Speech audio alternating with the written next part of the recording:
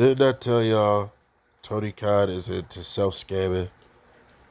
That wasn't a lie when I said that. And it's official, man. Tony Kahn is the worst booker I've probably ever seen. Since Dixie Carter, that night, he's at the lowest of the lowest, man. This guy, he's gonna run his project into the wall, and it's gonna be all his fault. It's all his fault why everything is even like this. And I just honestly think he doesn't even care, honestly, bro. And it's funny, Vince McMahon was doing the same thing in his last few years. Tony Khan's already doing it. He's been doing it, honestly. Tony Khan and the Elite, all these guys at that press conference, I remember watching that. Pac showed up, Jericho's there. All this good shit you thought was going to happen. Man, you could feel it. You could smell it. It felt great, right? Those were all wolf tickets. Those were lies. Those were lies, bro.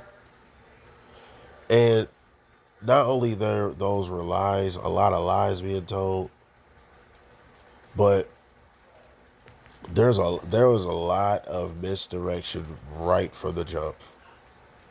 You can tell right away with a lot of different things. Things was going so well at one point in time. It seemed like AEW couldn't do no wrong. Always had banger shows. They shows now still have good matches, but somewhat decent stories to some degree, to some levels here.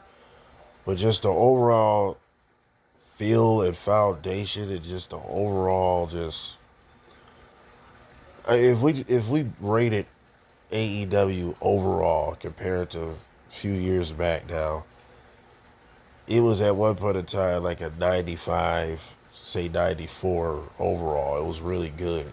Now we like at a 73, maybe 65 to be honest, since they can't even get 700K, bro. So yeah, about 65, maybe even 50, 58 overall, because it's really, you talk about, this is so underwhelming watching AEW sometimes. And I still get excited for it because it's a new company. I feel like there's something that can still happen, that can make something happen. But it don't look like it's going to happen no time soon because Tony Khan isn't willing to let nothing different happen. His mind is made up. He's bringing in, this guy is literally bringing in a dude. I forgot dude's name. Something Boom. AJ Boom or something. This dude literally is off of Twitter. He does regular family content, whatever. I think he was a wrestler. But this guy like 21,000 followers. So he has a small little following. But this is the problem. Breaking him in isn't the issue. Breaking him to Dynamite is the issue. Who is this dude? Like, you did this before with the, what was the dude name? Vance Warner, I think, that went against Moxley on a random Dynamite. I was like, why is he even here? You know, even Nick Gage, because you didn't build none of these people to come up. You just announced them online because that's who you're catering to. But you wonder why the position you're in. You know, but I don't want to say the same things everybody said. It's been said. We have been lied to as fans, bro. They said this is the alternative. They said this was going to be totally different. They said the tag team roster is going to be taken care of. They said one of the biggest lies that Tony Khan, I mean, I could have sworn he said it, right? We're going to listen to the fans. We're going to actually care what the fans want. How, Sway? I ain't seen nothing. Fans has been complaining for the last 2 years about lack of stories. We need more stories. Stop giving us random matches. Stop having Collision be a jobber fest. Stop having Rampage be a jobber fest. It's just, Rampage and Collision is just whatever didn't fit on Dynamite, they just goes on those shows. Those are for the lower card stars or the mid card stars to get wins. And the same people are in the position and nobody else is moving up or down. And then the people that you're pushing is so okay, but this overall narrative that all these guys got one thing in particular. All these dudes look like they can get their ass whooped by the average person in the crowd, bro. None of these guys look intimidating or tough in real life. Like, just real talk. None of these guys look like real professional wrestlers that your narrative, your idea of what you think is a star. You think Orange Cassidy has more star qualities than Ricky Starks, than Hobbs, than Wardlow, than Will Ospreay. Like, what are we, than Swerve? You think Orange Cassidy has they type of capability of star level. I don't, and Orange Cassidy is a hell of a wrestler. But Orange Cassidy, dude, is extremely overrated. And he's not it, bro. Like, what are we doing here? You know, but it's not, I'm not just picking on him. It's the overall general consensus of AEW. All the smaller guys are the top guys. You just had Lance Archer.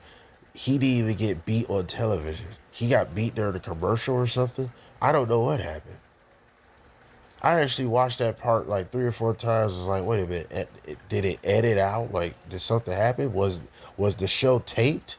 I was like, okay, maybe that's the reason. No, this motherfucking dude literally lost like out of nowhere. And I was just like, what in the fucking world is happening here? AEW never did nothing like that. Where you don't even see the match ending. That's how you know, bro. AEW, I just don't think they even care anymore, bro. I just really look at the Bucks. They go run it every time. They go run it, go do something else. Because the Bucks already know they getting that guap out of this moron, bro. They know that. And I blame the EVPs on a lot of levels. Tony Kahn can take a lot of the blame, but I blame the EVPs because the EVPs take a little bit more responsibility. They conned a con man. Really? Yeah, Tony Khan's a con man as well on certain levels, but they conned this guy because they were already in the business 10 plus years, whether it's Ring of Honor, New Japan, they still was in the wrestling realm. They got connections to other wrestlers, hence why the first 2 years, they had a roster already. Most of them were friends of the Bucks and Kenny Omega and stuff, right?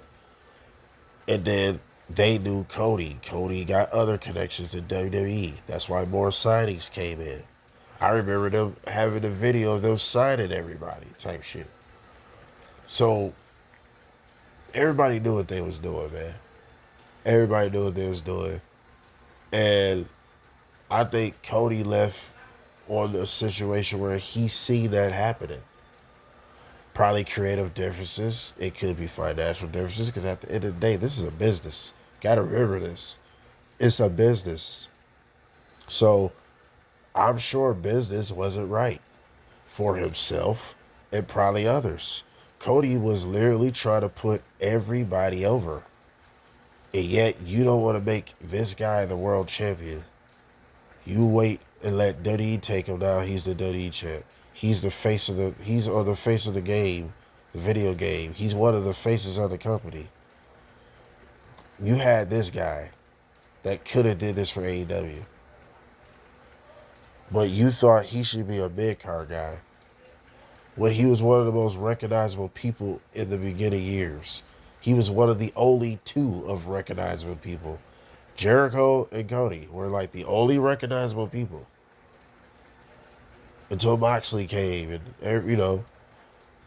But I really blame the EVPs because they was already had their heads in the business before he came around. They realized this guy's a fan, aka Mark. They realized he's a Mark. And they was shaking their hands, the Birdman hands. They was like, oh, we about to get that Yabula. We about to get that paper, shawty. All 3 of y'all. We about to get, man, all 3 of us about to get this money. Player. What, hold up. They about to, man, what? Playboy? They about to get that money. They was, man, they did the damn, when Tony Kahn left out of that building, left out of that office, man, they was in there doing that kid and play dance. If you don't know what the kid and play dance is, go Google it. It's one of the dopest tag team dance two guys can do. They did the kid and play dance like, ha, we get money. They even did the damn remember that team, primetime players? They was in there doing that dance, millions of dollars, because they do. Oh, we got a mark. What? This is money. This is like taking money from a baby, bro. The hell? They already knew what they was doing, man. So I blame the EVPs on a lot of levels. Why do you think Kenny Omega looking so guilty? He did said on film, I don't think I'm a good EVP, because he know, man. Kenny Omega seem like he probably a real genuine cool dude. You know what I'm saying? So he probably is in a situation where these my homies. And this is our conspiracy. It could be totally different what's really going on. I'm just a fan looking on the outside, trying to look in. That's all. This is all opinionated. But I feel like Kenny Omega was probably looking at what they doing, and it was like, man, I feel like shit taking this guy's money, and nothing's coming in. But then there where the Tony Khan come in. Tony Khan's a stubborn guy. He's a stubborn dude. I don't think he wants nobody help because he genuinely believes what he's doing is next level shit. He really believes that. Bringing in fucking Twitter jobbers to be on Dynamite. Not Collision, not a smaller show because nobody knows this guy, so why not build him? Oh, let's bring him on fucking Dynamite like he's gonna pop a rating when nobody knows who this dude even is, bro. The Boom, AJ Boom guy. I really don't even know how his name even go. I looked on his Twitter, you kept hearing people saying, boom, boom, whatever. So I was like, okay, he got something, but like, you mean to tell me he's flagship show ready? That's what I'm saying. AEW don't care. You let anybody come to this show. AEW is the main reason why a big reason why wrestling looks like a 9 to 5. Look who the stars you're pushing. All these dudes look like they work regular jobs when they're not wrestling, bro. Not that I'm not knocking anybody. I work a regular job, but I'm saying these are supposed to be superior athletes. This is supposed to be a business / sport that consists of a lot of requirements to even get there. The traveling, the mental ability, the mental capability, the physical capability to keep up with this type of shit.